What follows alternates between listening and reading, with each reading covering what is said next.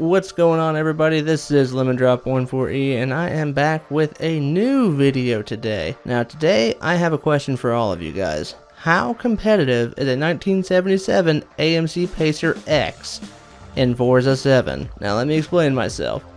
Why, you might be asking, are you doing this? And I'll answer that very quickly and easily.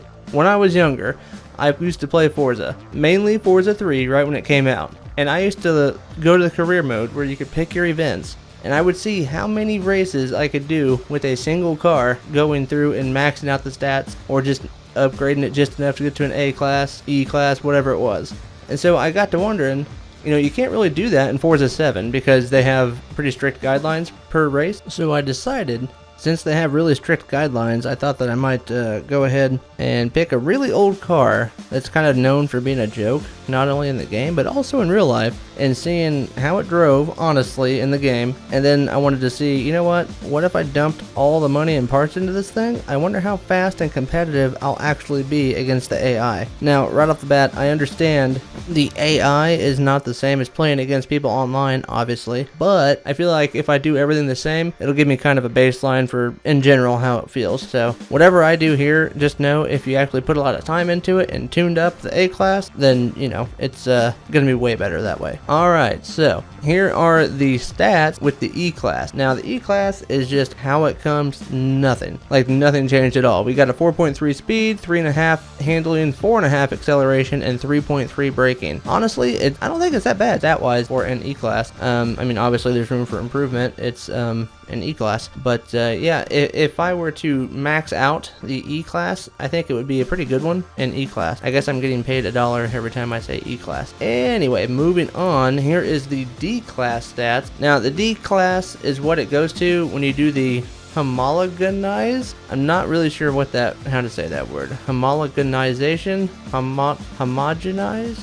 Anyway, that word is what you do to make it a D class, 350 straight up. Now the stats here are 5.1 for that speed, handling's at 4.7, acceleration's at 6.3, pretty impressive, I like that acceleration, and the braking is a 4.7. Now not a ton of horsepower, but whatever, it is what it is. It's a D class. Now lastly, we've got this beautiful beast, our A class. Now I have dumped everything I can into this car, part wise, money wise, whatever, and it comes right out to a 691 A class. Speed is 6.5, handling is a 5.4.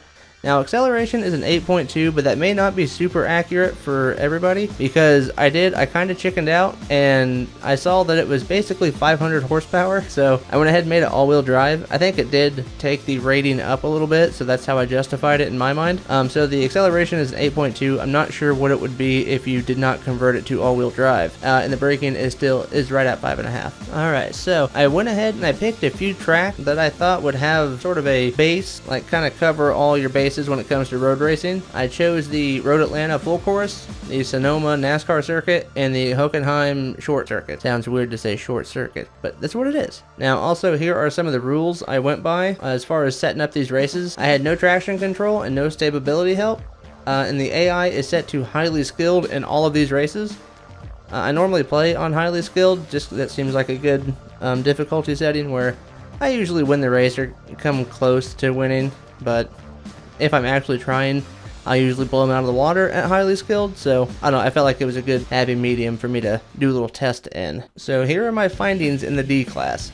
At Road Atlanta, the car felt pretty good. It felt really what you would expect out of a old car. Had a lot of rollover in the corners, and it felt kind of weighted down, but overall, it actually handled pretty well. I was kind of shocked, actually. The weak point really at Road America, at Road Atlanta, was the hill climb up towards the end of the race, or the end of the track, where you climb up the hill, then go downhill and make that hard right. You can kind of feel the car lagging a little bit going up that hill. Honestly, it wasn't bad. It wasn't as bad as I really thought it was going to be. But yeah, I did win this race, and spoiler, I won all of the races I did on this. Took the lead around lap 2 or 3 and just kind of sailed away from there. So here at Sonoma, I picked the NASCAR circuit because it's a shorter circuit, and I'm doing 5-lap races, so I wanted to, get these done pretty quick, but also I like the Sonoma NASCAR circuit. I have a lot of experience playing on that one. The Pacer really seemed to shine on the fast parts on the back half of the track when you get those fast S-curves. If you have your choice of line with no AI, obviously that helps, but the times when there was no AI, you could really, hit the left berm, starting it, and get that roll going, and then hit it on the right side and really straighten out some of the curves, and it was really pretty smooth. And I was pretty impressed too with the braking. The end of the track where there's the hard U-turn to the right, you have a high-speed section going right down into it, and honestly I was able to brake a little late and make up a lot of time on the AI cars, and I had the braking line on just because some of these tracks I'm not super duper familiar with. So going by the braking zone that they put up, you can brake a little bit late, and honestly if you get the roll just right and you can kind of throw your weight around, it worked just fine. So I was pretty impressed by that. But all in all, I'm still pretty impressed with the car, honestly, on Sonoma 2. It was shocking. I don't know, maybe I'm just biased because I like the track a lot, but the car seemed to handle really well. I was impressed. So over there on Hockenheim, I hope I'm saying that right, Hockenheim.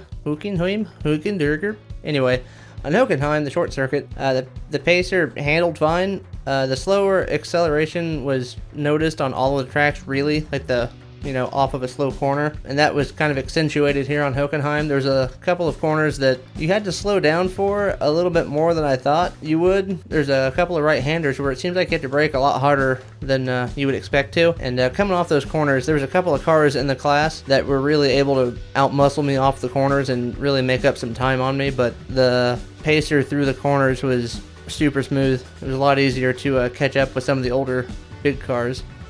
I'm not sure if it's just because this car wasn't nearly as heavy as like a GTO or something, but it seemed to really outperform in the corners for sure on all three tracks, not just Hockenheim. Alright, so here's my final thoughts on D-Class. The car handled, really what you would expect out of an old D-Class, kind of a lunky, heavy car. It just so happens, I guess I am just kind of drawn to that type of car. I don't really know why, but my driving style kind of mixes well with the older, heavier cars. But if you could manage to really, not necessarily throw your weight into a corner because you don't have a lot of power to, correct for anything, but if you really threw your weight around and were able to straighten some curves, just like the S-curves on Sonoma, you could definitely, make some pretty good times, I think, at least, against the AI. But I'd say the main focus, really for any old heavy car, it doesn't have a lot of pickup.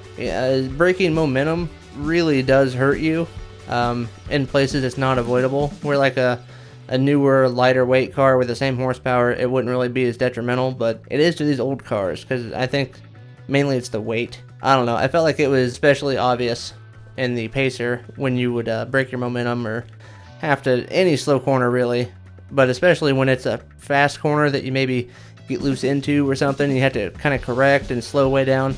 It seems like that hurt a little bit more than it normally does. Either way, I'm fairly surprised, honestly, at how much I enjoy driving it. But alright, let's hop on over to the A-Class.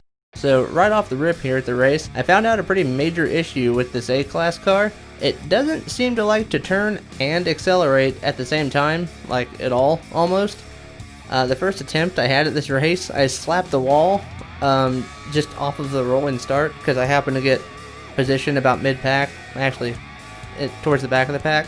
And when the front of the pack was getting the green flag, I was not quite straightened up on that last corner yet, and when it would give me, control, it was like it was a magnet to that outside wall, because of course I'm getting on the gas hard, and I'm already on the outside, and just really did not want to turn. I was able to make up for it, obviously, because it's got really good acceleration. I learned another lesson on this track. It's not exclusive to this track, but I did learn it on this track, that the all-wheel drive really helps on that short hill climb at the end of the course. The same one that I noticed the Pacer kind of chugging on in the D-Class. Now, obviously it makes sense, it's an A-Class, it's going to burn through this hill a lot easier, but the all-wheel drive I think is really what made that difference. And speaking of the end of the course, you go downhill, make a hard right-hander. Everyone I know that has played these games, or any game really where you go to Road Atlanta, the goal, I think, at least for me, you flat foot it going up the hill, flat foot it down the hill, and flat foot it through that corner, and you're not braking until turn 1. That's what I like to do. I did that in the D-Class, and man, it's so satisfying. And I tried to do that on one of my laps here, and you kind of learn your lesson, like so.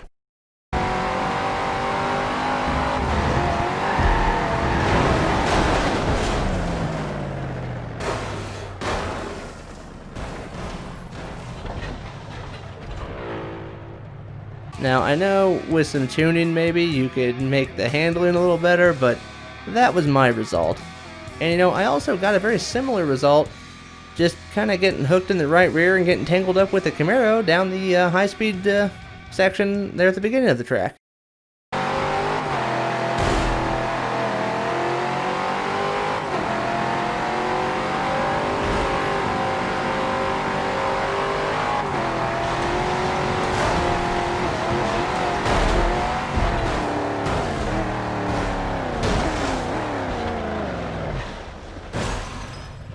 But accidents aside, the newfound top speed that we have in this car is really fun, but also a little bit nerve-wracking. Especially comes up to a heavy braking zone. I tend to try and roll into those zones a little farther than they want you to, and then, you know, kind of get heavy brakes.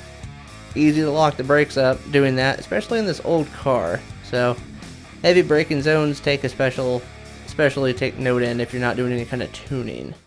Now, Sonoma, just like at Road Atlanta, the car insists on going in a straight line when it's accelerating, and I don't really know. I feel like that has to do maybe with the all-wheel drive. I don't normally do all-wheel drive cars, so I'm not real familiar with it, but I don't know if the almost 500 horsepower and the body being a lot lighter because of the weight reduction has anything to do with that, mixed with the all-wheel drive. But in my experience with this car, the best way to drive it through a corner, don't even touch the accelerator really, unless, I mean, you could feather it maybe, depending on the corner. Mainly, I just tried to get the car straight, pointed where I wanted, and just lay on it and just put the hammer down, and it seemed to work really well, especially with that new beefy acceleration we got to work with. That really seemed to help. But acceleration aside, the fast parts of the track is really similar to the D-Class, where you can use like the wideness of the track to kind of just touch your left sides and then kind of drift over and just touch your right sides on the S-curve.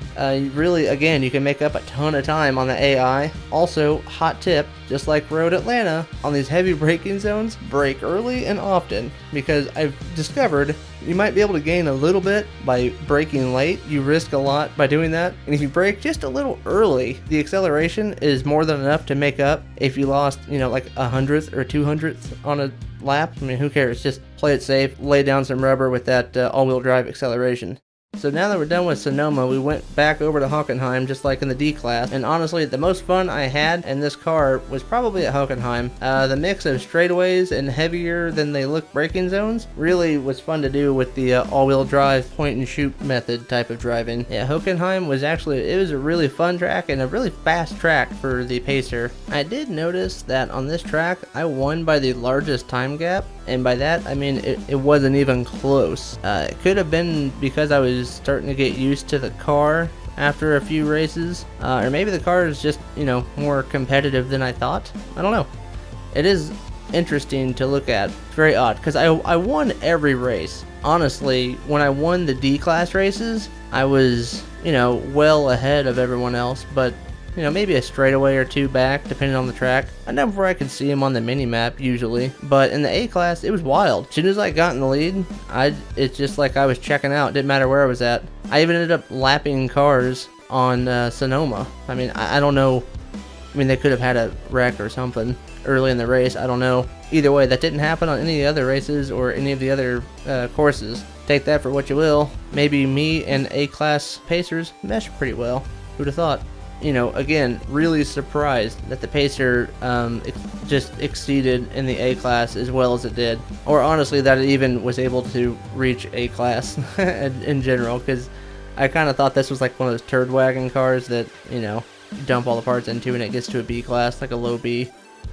But yeah, imagine pulling up in a D-Class lobby. People would be like, what? What's this dude doing in a Pacer? He's like a troll or something dumb. But in an A-Class, they would say, you know, probably the same thing. But they might be surprised when you put a whooping on somebody in the A-Class lobby, or don't, I don't know, but either way, it will certainly be a conversation starter if you roll up with a tuned out A-Class Pacer. So, I don't know.